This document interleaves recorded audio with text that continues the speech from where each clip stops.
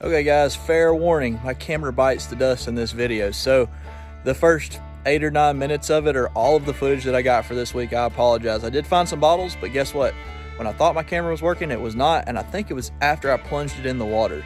The seal must be gone on it after a couple of years. Time for a new camera, and without a doubt, I'm gonna have to get one this week to be able to get a video for next week. So I hope y'all do enjoy the little bit of the clip that I do have, and I will show you the bottles at the end that I found, even though they weren't live on camera. Sometimes creeks will take you right into urban areas. The good part is this particular spot is actually owned by a local park. So I'm not trespassing. It's just a bit awkward if somebody's in their backyard, because they'll sit there and stare at you and wonder what you're doing.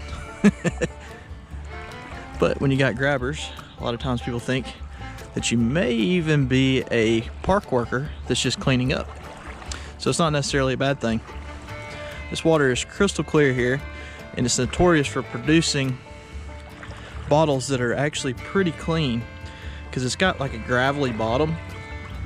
It's not really muddy, and as the bottles roll, they either get caught on the rocks, or they rest in that gravel, and it allows for some pretty cool stuff. I found some good stuff in here through the years. So let's see what we come up with. We're just gonna kind of let the camera roll live.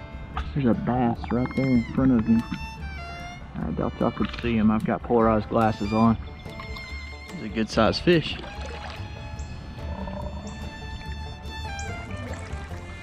It's supposed to rain later this week, 3 or 4 days, so I've got to make the best of today. Without a doubt, because the rest of the week's gonna kind of be shot.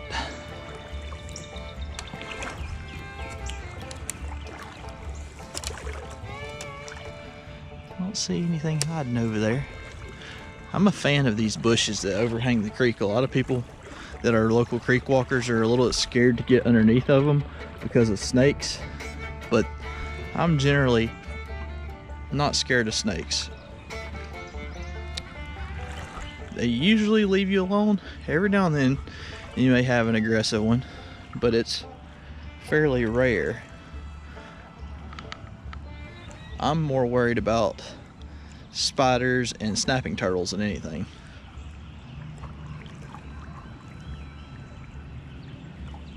And if you hear people in the background, like I said, this is a park, so there's actually people on the creek bank right up here wondering what this crazy guy's doing in waders wading through this moss infested creek.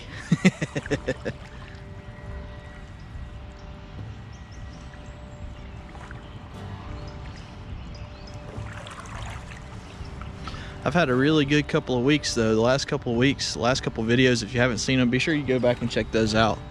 Me and my wife had a good time, found some good stuff in last week's video. And the week before that, I pulled the oldest bottle I've ever pulled out.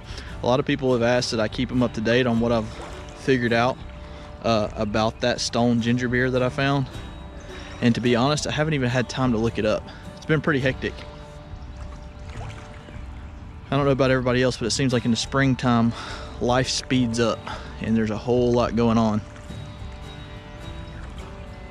I think I'm gonna put the camera underwater for a second. There's a turtle up here, actually, and let y'all just get a little bit of a view for a minute of what the bottom looks like here.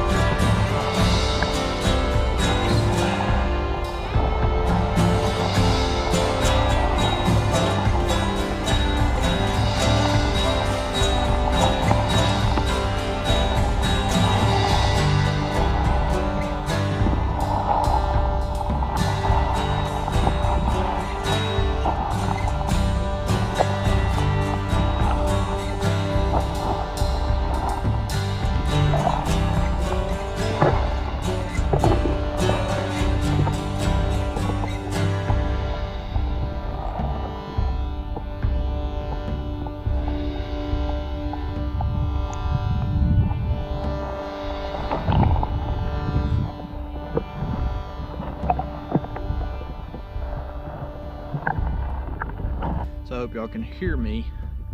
When I put my camera underwater, sometimes it stalls the sound out for a few minutes. So how'd it look under there? Looks pretty clear from up here. I genuinely think that that shell bottom, as well as the moss, is a good reason why all the bottles that I find in here are pretty dang clean usually. Sometimes they have buildup, like if they got caught against a rock and they haven't rolled. Those are the ones that sit there for a long time and it lets what I call creek barnacles attach. But for the most part, if it's rolled any distance down through here, they're pretty clean. Haven't even seen a piece of anything else. That's the other thing. Everything's so few and far between. I know y'all know Luke that I went digging with here a while back on Instagram. He walks this creek a good bit and he's had pretty good luck. He's found some of the really mossy bottles, and I've been on the other side of it. I found some pretty clean bottles in here. Let's see if I can do this without falling down.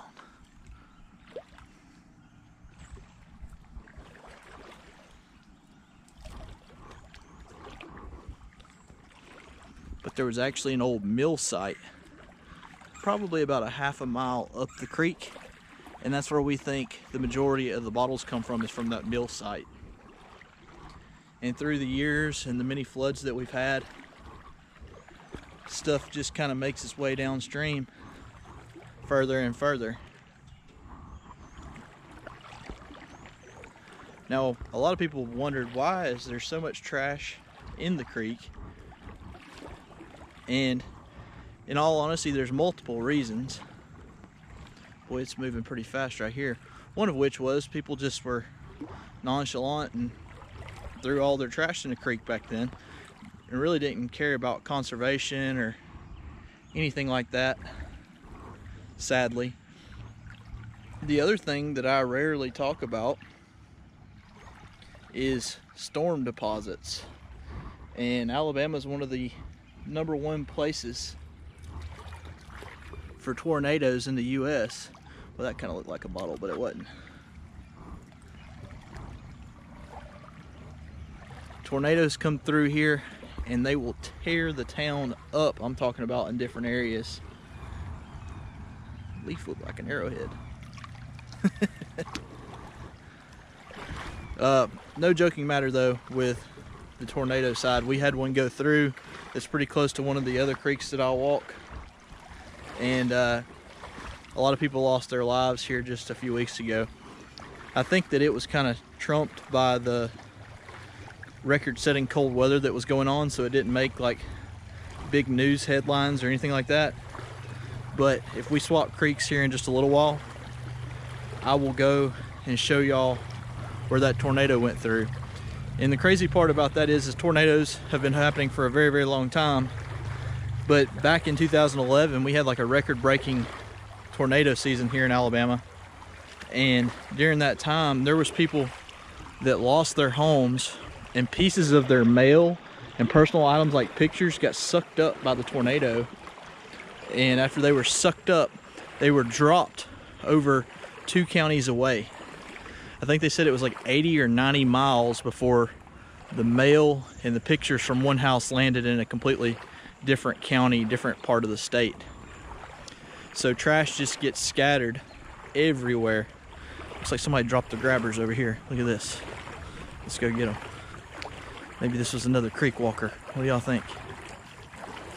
Is that another creek walker's grabbers?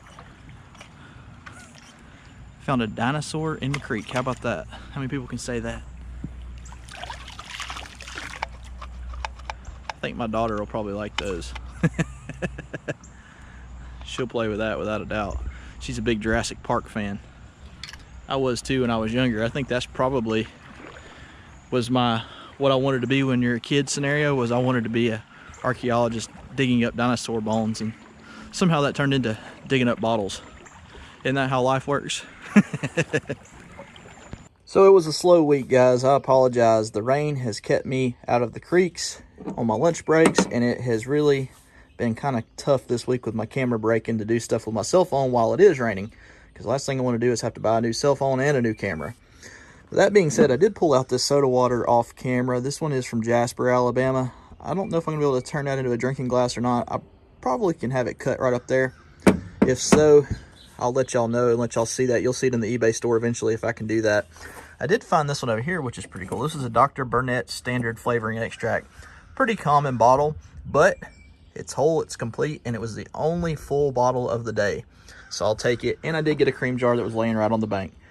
So guys, again, I apologize for the equipment failures, but that's something you just can't do anything about. And I didn't want to leave y'all high and dry without a video, so I strung together what I did have. Hopefully, we'll do better next week. We'll catch you guys in next week's adventure.